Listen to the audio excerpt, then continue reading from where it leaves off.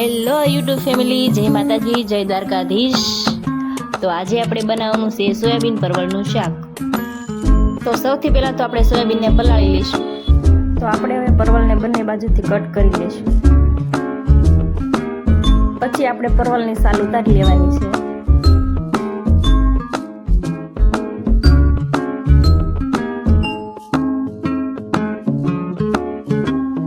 તો આવી રીતે હું બધા પરવળની સાલ ઉતારીને કટ કરી લઈશ।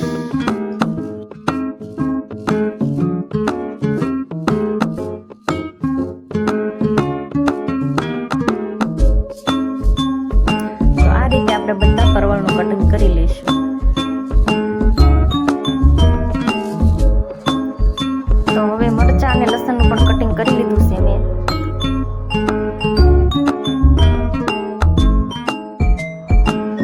તો આ રીતે આપણે ટમેટાનું પણ કટિંગ કરી લેવાનું છે।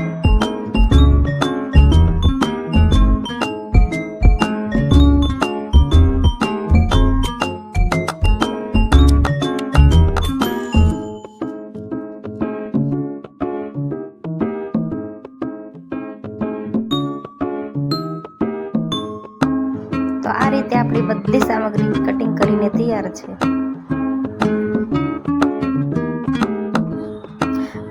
ઘણા લોકો રાઈ, જીરું અને મીઠા લીમડાનો વઘાર કરે છે, પણ મને ભાવતો નથી, એટલા માટે હું નહીં નાખું। હું ખાલી લસણ અને મરચાંનો વઘાર કરીશ। તો સરસ મજાનો મરચાં અને જીરાનો વઘાર થઈ જાય પછી આપણે પરવળ નાખી દેવાનું છે। પછી એમાં સંચો ફેરી લેવાનો છે જેથી કે ચોટી ન જાય નીચે।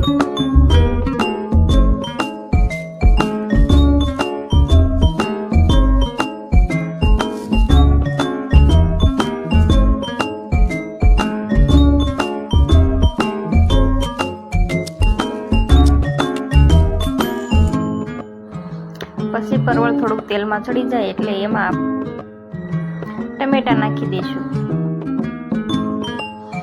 થોડી હળદર નાખી દઈશું, સ્વાદ પ્રમાણે મીઠું,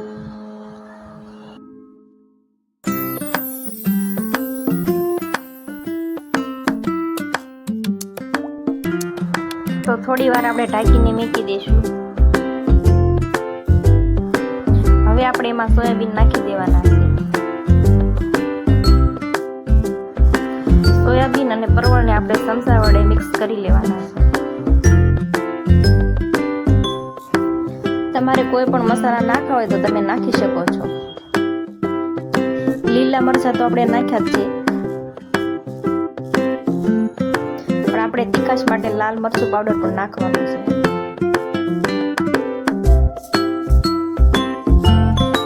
મસાલા તપેલીમાં છોટી ન જાય એટલા માટે આપણે થોડું પાણી નાખીશું।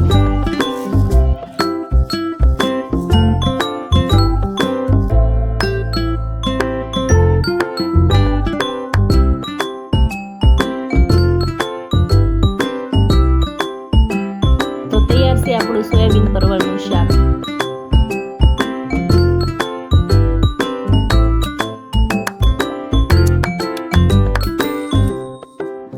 તો મારી આ રેસીપી તમને સારી લાગી હોય તો લાઈક, શેર અને સબસ્ક્રાઇબ કરો। તો ફરીથી મળીશું આપણે એક નવી જ રેસીપી સાથે।